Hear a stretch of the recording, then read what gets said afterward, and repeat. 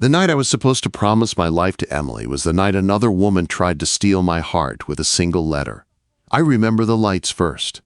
The backyard of my parents' house in Austin was glowing with soft yellow bulbs hanging from the oak trees. There were white roses on every table. A live band was playing slow country music near the patio. Everyone was smiling at me like I was the luckiest man alive. Maybe I was. Emily looked beautiful that night. She wore a soft blue dress that moved gently when she walked. Her blonde hair fell over her shoulders, and her eyes kept searching for mine in the crowd like she needed to make sure I was still there. Every time our eyes met, she smiled in that shy way that made my chest feel warm. I should have been fully happy. I should have felt calm. But deep inside, I felt something strange, like a quiet storm waiting for the right moment. My best friend Jake slapped my back and handed me a drink. He kept joking about married life. My mom was crying happy tears near the dessert table. Emily's parents were talking about wedding dates and guest lists. Everything felt perfect. Then she walked in. At first, I did not even see her clearly. She stood near the gate, half hidden by shadows. She wore a simple black dress, not fancy like the others. Her dark hair was long and straight, resting over her shoulders. She did not smile, she just watched me, and when our eyes met, my heart stopped. I knew that face. I had not seen her in 8 years, but I would never forget her. Her name was Sarah, the girl I once loved more than my own life, the girl who left me without a goodbye, the girl who broke me so badly I thought I would never love again. My hands started to shake. The music around me sounded far away. I tried to breathe slowly, but my chest felt tight. I had spent years trying to forget her. Years telling myself she did not matter anymore. So why was she here? She did not walk toward me. She did not smile. She did not look angry or sad. She looked calm. Too calm. Then she reached into her purse. For 1 second, my mind went crazy with fear. But she only pulled out a small white envelope. She looked at me one last time, then gave it to one of the servers standing nearby. I watched as she whispered something to him. The server nodded and walked straight toward me. Sarah turned around, and she left. Just like that. I pushed through the crowd, ignoring the confused looks around me. By the time I reached the gate, she was already gone. The street outside was quiet, no cars driving away, no sound of footsteps. She had disappeared into the night. The server touched my arm gently. He handed me the envelope. "This is for you," he said. My name was written on it in her handwriting. I would recognize those soft curved letters anywhere. Daniel, just my name, nothing else. I felt like I was about to fall apart right there in front of everyone. I wanted to tear it open. I wanted to burn it. I wanted to pretend it never existed. But I could not move. Emily walked up behind me. She placed her hand on my back. "Who was that?" she asked softly. I turned around. She was smiling, but there was something else in her eyes. Something careful. I forced a small smile. Just someone I used to know. I hated how weak my voice sounded. She looked down at the envelope in my hand. "What is that?" I could lie. I should lie. This was our night, our future. But the truth felt heavy in my hand. "I don't know," I said quietly. The band started playing our favorite song. People began calling us to come dance. Emily squeezed my hand gently. "Open it later," she said. "Tonight is about us." She was right, but my heart was not listening. I nodded and slipped the envelope into my jacket pocket. I tried to smile. I tried to dance. I tried to laugh when Jake made jokes. But I could feel it against my chest the whole time, like it was burning through the fabric. Every time Emily leaned into me, I felt guilty. Every time someone congratulated us, I felt like I was hiding something dangerous. After an hour, I could not take it anymore. I told Emily I needed some air. I walked inside the house and went up to my old bedroom, the same room where I had once cried over Sarah, the same room where I had promised myself I would never let her hurt me again. My hands were shaking as I locked the door. The music from outside sounded distant. I could hear laughter and glasses clinking. I pulled the envelope out slowly. For a long moment, I just stared at it. Why would she come here? Why tonight? Why after all these years?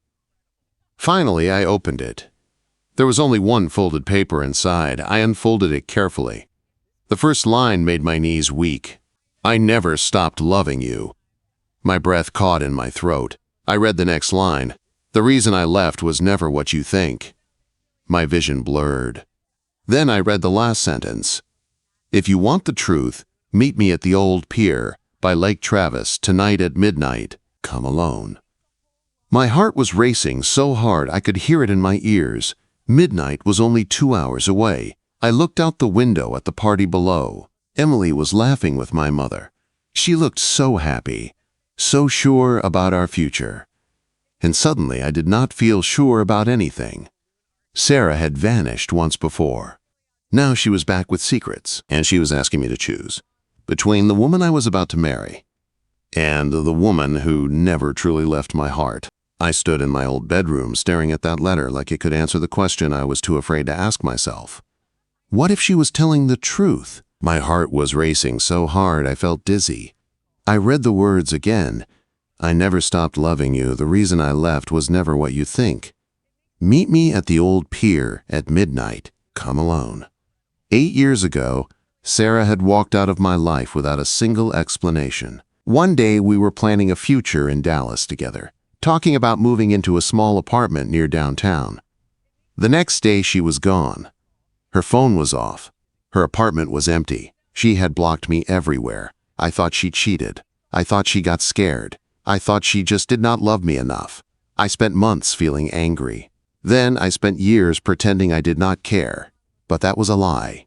Because the moment I saw her tonight, every memory came back like it never left.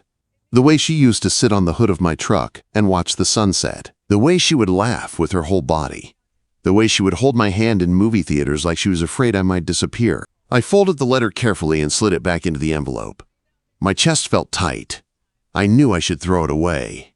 I knew I should walk back outside, kiss Emily, and forget all of this. Emily loved me. She was kind. She was steady. She never played games with my heart. She had stood by me through long work hours and family problems. She believed in me even when I doubted myself. She deserved someone who was fully hers. The worst part was, I did not know if I was that man. I unlocked the bedroom door and walked downstairs. The music was louder again. People were dancing near the pool. Emily saw me and walked over right away. She wrapped her arms around my neck and looked up at me with soft eyes.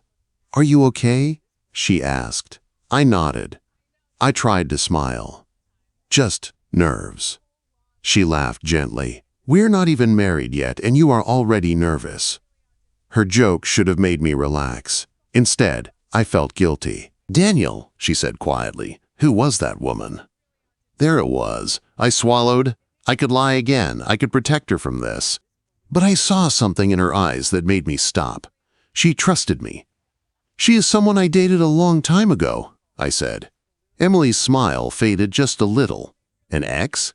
"Yes. And she just showed up at our engagement party." I nodded slowly. "Why?" I hesitated. I hated myself for hesitating. She gave me a letter. Emily looked down at my jacket pocket like she could see through the fabric. "What does it say?" I looked away for a second. I felt like the ground under my feet was not steady. She says she wants to explain why she left. Quote, Emily was quiet. The music and laughter around us suddenly felt too loud, too fake. "And do you want to hear it?" she asked softly. That question felt heavier than anything else tonight. I did not answer right away. Because the truth was complicated. Part of me wanted to tear the letter into pieces and stay right here with the woman who loved me now. But another part of me needed to know why Sarah had destroyed us without a word. "I don't know," I said honestly. Emily studied my face. She always said she could read me better than anyone. "You still love her," she whispered. I opened my mouth to deny it, but no words came out. Emily stepped back slowly. She did not cry. She did not yell. That almost hurt more. "I have always known there was a part of you I never reached," she said. "I just hoped time would fix that." Her calm voice made my chest ache. "You deserve someone who chooses you without doubt, she added. I do choose you, I said quickly, but even as I said it, I felt unsure. Emily looked toward the gate where Sarah had disappeared earlier. Is she meeting you tonight? I stayed silent. That was my answer. Emily closed her eyes for a moment. When she opened them again, they were strong. If you don't go, she said, you will always wonder. Her words surprised me. And if I do go, I asked. She looked straight into my eyes. Then you better come back knowing exactly what you want. Quote, I felt like I was standing at the edge of something dangerous. The band started playing another slow song. Couples began swaying together. My parents were laughing near the cake table. The whole night was built around the idea that my future was decided. But suddenly it did not feel decided at all. Emily stepped closer again and touched my hand. Midnight is in 1 hour, she said. Whatever you do, do it honestly. I nodded slowly. For the rest of the party, I moved like I was not really there. I smiled in pictures, I hugged relatives, I thanked friends for coming. But my mind kept going back to Lake Travis. To the old wooden pier where Sarah and I once carved our initials into the railing. At 11:30, I looked at my watch. Emily was standing near the patio doors, watching me. She gave me a small nod. That was when I knew. At 11:45, I grabbed my keys from the kitchen counter. My hands were shaking again. I stepped outside into the warm Texas night and walked to my car. As I started the engine, my phone buzzed. It was a text from an unknown number. I will only wait 15 minutes. Please come. I did not need to guess who sent it. The road to Lake Travis was quiet and dark. The headlights cut through the empty streets. My heart felt like it was trying to escape my chest. I kept thinking about Emily's face. I kept thinking about Sarah's eyes when she looked at me tonight. I did not know which future I was driving toward, but I knew one thing. By midnight, everything in my life was about to change. The old pier at Lake Travis looked exactly the same as it did 8 years ago, but I felt like a different man walking toward it. The water was dark and calm under the moonlight. The wooden boards creaked softly under my steps. The air smelled like summer and memories. My heart was beating so fast I could barely think straight. She was already there. Sarah stood at the very end of the pier, looking out at the water. She was not wearing black anymore. Now she had on a simple white sweater and jeans, like the girl I used to know. Her hair moved gently in the night breeze. For a moment, I just stood there and watched her. I wondered if she could feel me staring at her the way she used to. Then she turned around. Our eyes met again, and all the years between us disappeared. You came, she said softly. Her voice was the same, warm, calm, a little shaky. I almost didn't, I replied. She nodded like she understood. We stood a few feet apart, not touching. The distance felt bigger than it was. 8 years of silence stood between us. You look good, Daniel, she said. So do you. The words felt small compared to everything I was feeling. I took a deep breath. You owe me an explanation. She closed her eyes for a second like she had been preparing for this moment for a long time. I know, she whispered. The wind moved across the lake. Somewhere in the distance, a boat engine hummed softly. The world felt quiet except for us. I didn't leave because I stopped loving you, she began. I left because I loved you too much. I felt anger rise inside me. That doesn't make sense. She stepped closer but still kept space between us. The night before I left, my father came to see me. Her father. I had only met him twice. He was strict, cold. He never liked me. He told me he had serious debts, she continued. He had borrowed money from people who don't forgive easily. They found out about you. I frowned. What does that have to do with me? They threatened you, she said, her voice breaking. They said if I didn't disappear and cut ties with you, they would hurt you. The words hit me like a punch. I stared at her, trying to see if she was lying. I thought you were cheating, I said quietly. Tears filled her eyes. I knew you would think that. I wanted you to hate me. I wanted you to move on safely. So you just vanished? I asked, my voice shaking now. You let me think I meant nothing? She wiped a tear from her cheek. It broke me, Daniel, but it was the only way they would leave you alone. I felt my chest tighten. For years I had built anger around her memory. It had helped me survive. Now she was tearing it apart. "Why come back now?" I asked. "Because my father passed away last year," she said. "The debts were settled. The threats are gone. I am not running anymore." She looked straight at me. "And because I heard you were getting married." There it was. "You came to stop it?" I asked. She shook her head slowly. "I came to tell you the truth. You deserved that." Silence fell between us again. The lake water moved gently against the wood. I felt like I was standing between two lives. "Do you still love me?" I asked before I could stop myself. She did not hesitate. "Yes." The word felt heavy in the air. "I tried to move on," she continued. "I dated. I worked. I moved to Denver for a while. But no matter where I went, you were there. In every song. In every sunset." My throat felt dry. "I thought about this night for months," she said. "I promised myself I would not beg.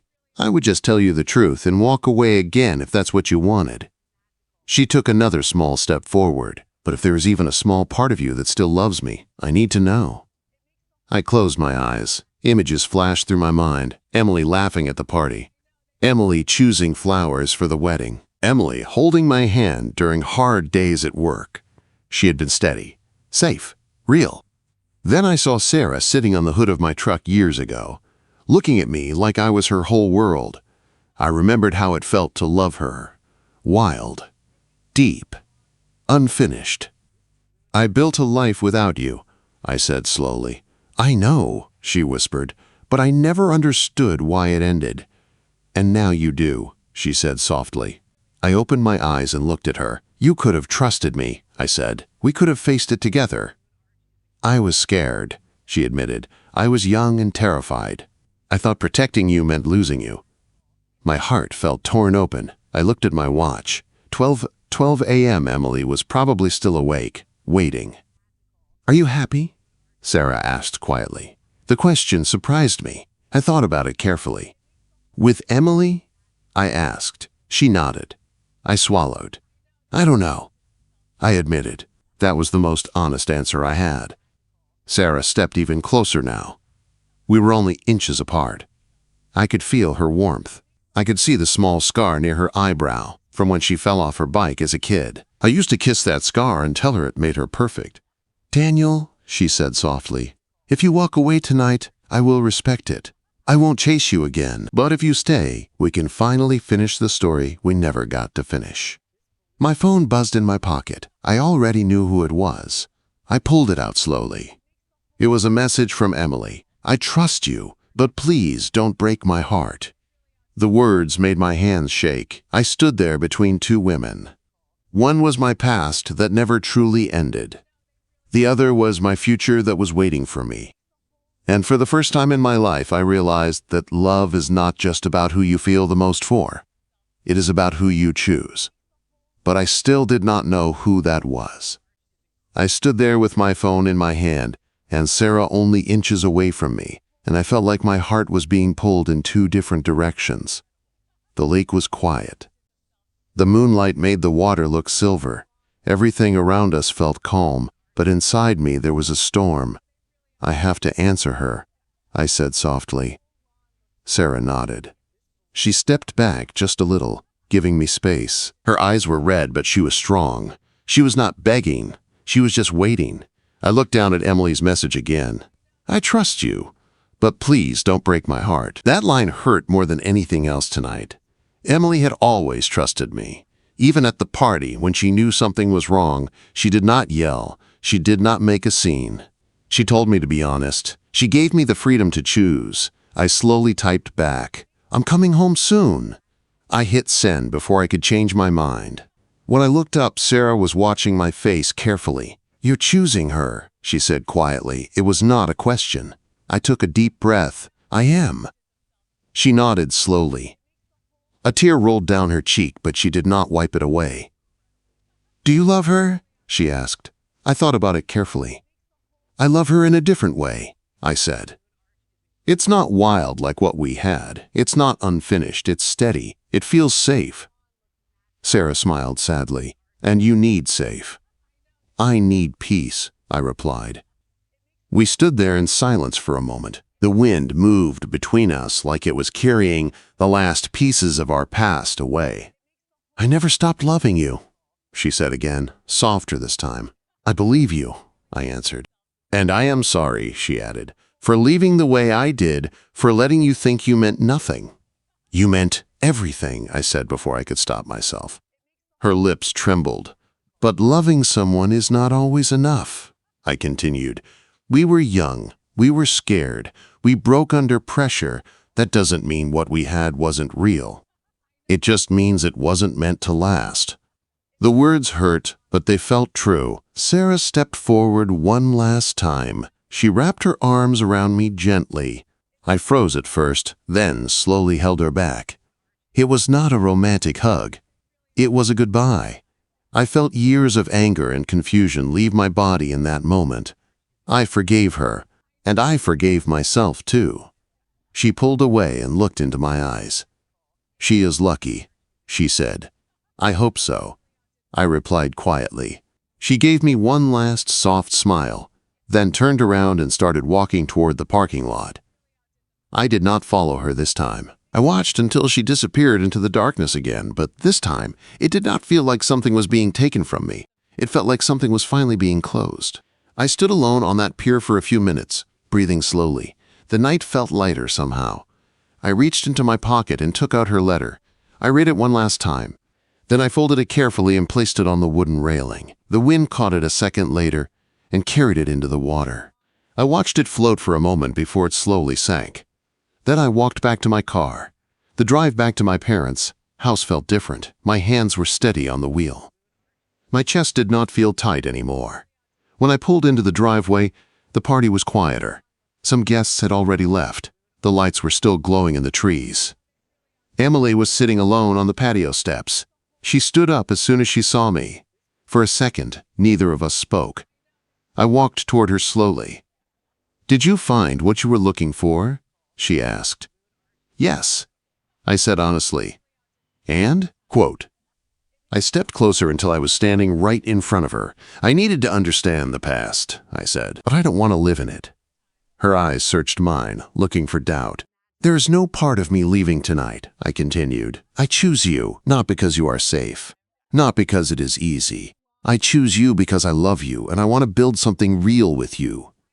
Her eyes filled with tears. "Are you sure?" she whispered. "Yes." I took her hands in mine. "I almost lost you tonight because I was confused. I don't ever want to make you feel second again." She let out a shaky breath and then stepped into my arms. She held me tight, like she had been afraid I would not come back. "I was scared," she admitted. "So was I said. We stayed like that for a long moment. Then she pulled back slightly and looked at me. "Is she gone?" "Yes," I answered. "And this time, it's really goodbye." Emily nodded slowly. The band had packed up. The lights were still shining softly above us. The night was almost over. "Let's go inside," she said gently. As we walked toward the house, I felt something different inside my chest. Not confusion, not regret, peace. I had loved Sarah with fire, but I was choosing Emily with intention. And for the first time, I understood that love is not about who makes your heart race the fastest. It is about who you are willing to stand beside when the music fades and the lights turn off. That night, I did not just choose a woman. I chose the kind of man I wanted to be.